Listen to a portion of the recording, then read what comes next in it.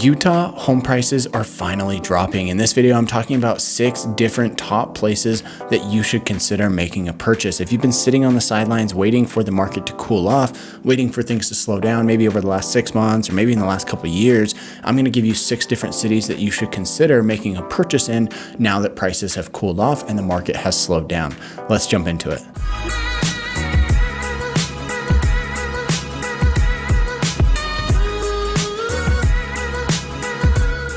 Okay, so the first city that I want to talk about here on our list is going to be Lehigh. Lehigh is one of the best cities to live in here in Utah, at least in my own personal opinion. Lehigh sits about 30 to 35 minutes south of Salt Lake City, just around the bend at the very north end of Utah County. Lehigh is one of the most popular cities because of its proximity to the tech corridor. In fact, it's basically considered the heart of the tech corridor. There's some tech businesses to the north and a lot of them to the south, and it kind of sits right in the middle. So this is kind of where it all began. That's where Adobe has their headquarters and a number of other top tech businesses. So with that being said, median prices hit a high of $750,000 in July of this year in Lehigh. Now that's actually later in the year than we saw for most other areas. Most other areas kind of peaked out between like March and May. However, Lehigh continued to increase even going through July before coming down in August and September. I think this is mainly because Lehigh is such a desirable area that it still saw continued growth and momentum from all the people who wanted to get into the market and live there. As of today, prices have dropped substantially off of that all-time high of $750,000 and are now sitting at roughly $620,000 on a median basis. Again, guys, this is for all home types, right? This is going to cover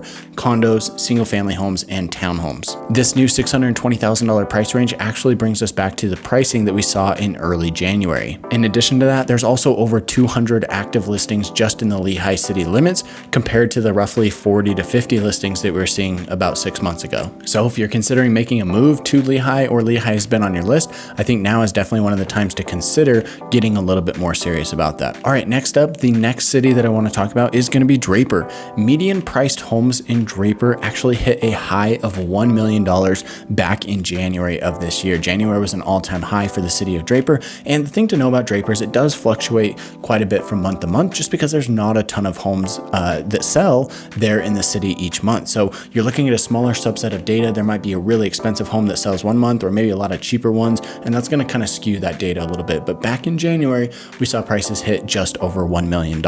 However, today's pricing is now down to a median basis of about $840,000. Now that doesn't mean there's not going to be homes that are above that or below it, but that's just on the median basis sitting at $840,000. Homes are selling on average for 10% under their listing price. This is more drastic and more dramatic of a drop compared to other cities. Other cities we're seeing about 4, 5, 6, maybe 7% under the listing price, under the original listing price.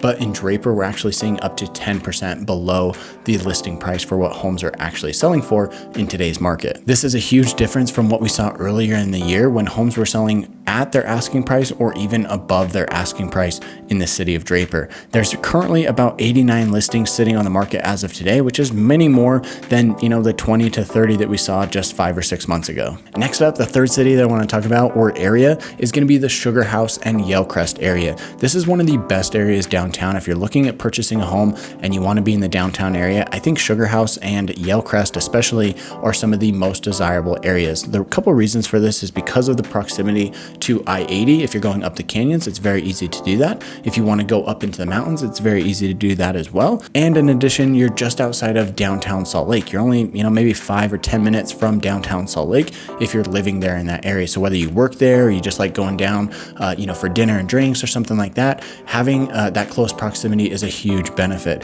You kind of get all of that city feel, but you don't have to live right downtown in the city to be able to experience it. Looking at what has happened in Sugar House and Yellcrest, the median price actually hit a high of $916,000 back in March of this year. Those prices are now down to the mid 700 range, fluctuating from about $740,000 to about $770,000 $70,000, which brings us back to the pricing that we saw in early 2021. Sugar House and Yale-Crest have seen some of the biggest price drops overall from where prices were over the last couple of months, and that's taken us back almost a year and a half to pricing that we saw back in 2021, and this is more drastic than we've seen in other areas. If you look back in 2021 or early 2022, you might find 10 or 15 single family homes on the market in these areas at any given time. It was incredibly competitive. Nobody really wanted to sell their house, it seemed like, or at least the people who did, when they listed their home, it sold right away. But now inventory is sitting a little bit higher. You can probably find, 40 to 50, maybe even 60 single family homes on the market in these areas at this time. So there's going to be more to choose from. You're going to have more leverage as a buyer, and it's going to be easier to make that purchase. Real quick, guys, before we go into the other 3 cities that we're talking about here in this video, I also have a bonus section that we're going to talk about here in just a minute. But before we do that, make sure to reach out to me if you're thinking about buying, selling, or investing in real estate here in Utah, maybe even building a new home. I would love to help you with that process. I want to be your trusted real estate partner when it comes to buying or selling real estate here in Utah. If you're looking at moving in from out of state, or you already live here and you want to make that purchase or sell a home, I would love to help you. So reach out to me. My information is here on the screen, and there will be a link in the description box below where you can schedule a call with me directly, and we can talk about the type of home and lifestyle you're looking for, or if you're looking to sell a home, what your goals are there. So reach out to me. I love hearing from you guys. I've had so many of you reach out over the last couple of years, and I absolutely love it. So with that said, let's jump into number 4 here on our list. So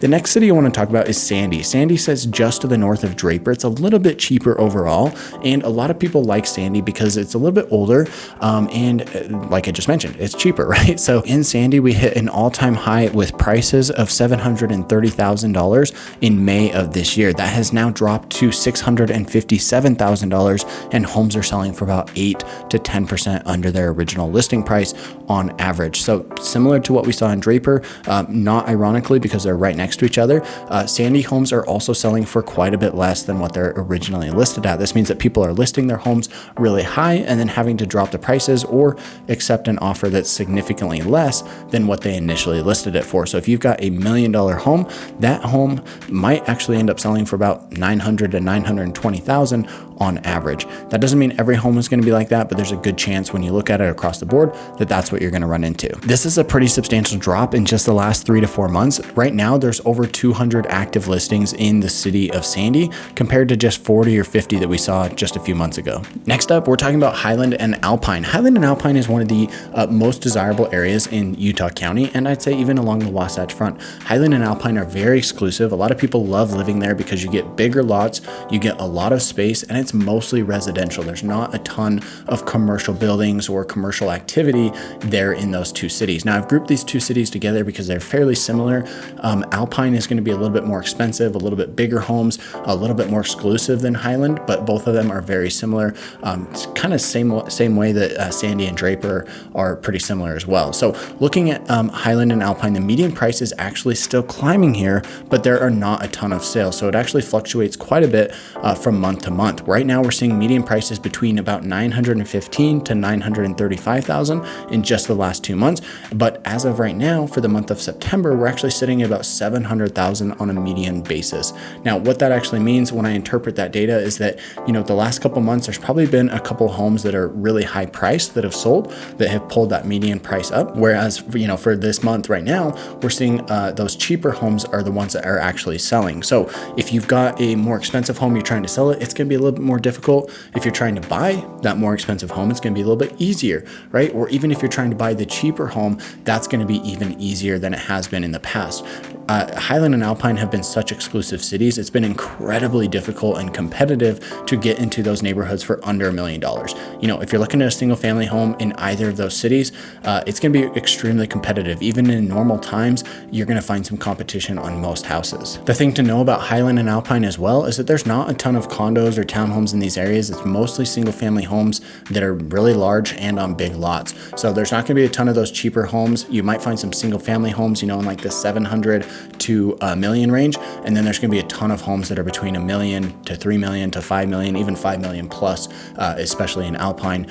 So in those areas, you're going to find a lot of really expensive $1 million homes, but you're not going to find a ton of those condos or townhomes. So something to just keep in mind there. And that kind of leads us right into our bonus section that I wanted to talk about before we talk about our very last city here on this list. So the bonus is going to be the luxury market. Homes hit a median high of 1.35 million in February of this year. This is for all homes that sold for over $1 million, or at least were listed for $1 million, in recent times. Homes were selling at their asking price in that month. So again, the median price is 1.35 million. This month, they're now selling between 5 to 10% off of their original listing price. So in the luxury market, we've seen a lot of softening. We've seen a lot of buyers back out, and we're seeing price drops from the sellers who are getting a little bit more eager to get their homes sold. Prices have already come down about $100,000 from that all-time high, and I expect it to fall another 5 to 10% over the next 3 to 6 months. I still think there's a lot of softening to happen because if you're looking at a luxury home, either you're paying a lot of, you're paying cash, or you have a really big down payment,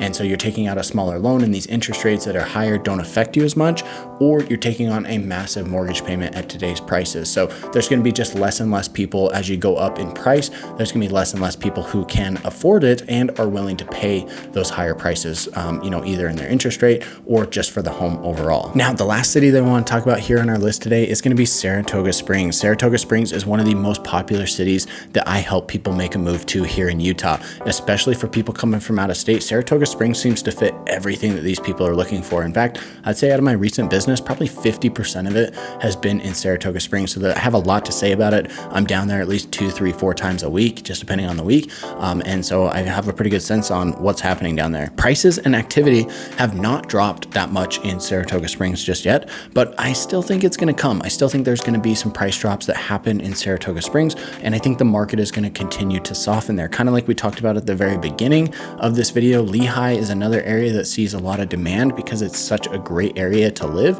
and Saratoga Springs is no different. That's the reason why I don't think we've seen prices drop just quite as much in Saratoga Springs. Now, that being said, I still think it's going to be a very highly desirable area for the long term. So if you're looking at making a purchase there, I think you're going to be doing really well as long as you plan to hold on to the house for at least 5 to 10 years. If you're looking at selling a home, you're going to, be able to sell it for a pretty decent price even in today's market. Median prices in Saratoga Springs hit an all-time high of $700,000 just back in July. Now we're down to about $650,000 in just 2 months. I think the data was a little bit skewed from what I was looking at, so I think that number was a little bit inflated, the 700,000 number. But right now we're sitting at 650,000. So prices have come down just slightly. There's currently about 400 active listings in Saratoga Springs right now. That's a lot of new construction. That's the reason why you're seeing a lot of listings in this area compared to other areas, because you might have a builder who has 50 units, right? And they've got every single one listed on the MLS. So we're seeing a lot of active listings. These are going to be new construction that are going to be built, between the next 3 to 15 months. And there's usually only about 100 to 150 listings in this area. The last couple of years, we've been lucky to have 100 to 150 listings at any given time in Saratoga Springs. So I don't think the price drops have fully hit Saratoga Springs. I still think there's going to be price drops and, more buyer leverage to come in that market, but it's definitely something worth considering here. Going into fall, I think you should keep your eye on this area and potentially make a move on something in the next 3 months if it makes sense for you and your situation. If you're looking at selling and you're in one of these cities, well, then you can kind of interpret the data, what I mentioned here, and maybe you want to sell sooner, maybe you want to, wait and hold on to it. I don't know. It's going to depend entirely on your situation. If you want my advice on your situation, reach out to me. This kind of wraps up the video, but I want to just mention again, reach out to me, call, text, or email anytime. My information is here on the screen, and there's a link in the description box below where you can schedule a call directly with me, and we can just chat about your situation, and I can kind of give you some advice and say, hey, yeah, I'd hold on to your home, or I'd sell it, or I'd buy, or maybe I'll just tell you to rent. I'll just kind of give you my honest opinion based on your situation and see what makes the most sense for you personally. So with that being said, thanks for watching, guys. Don't forget to share this video with a friend or a family member, and with all that said, we'll catch you in the next one.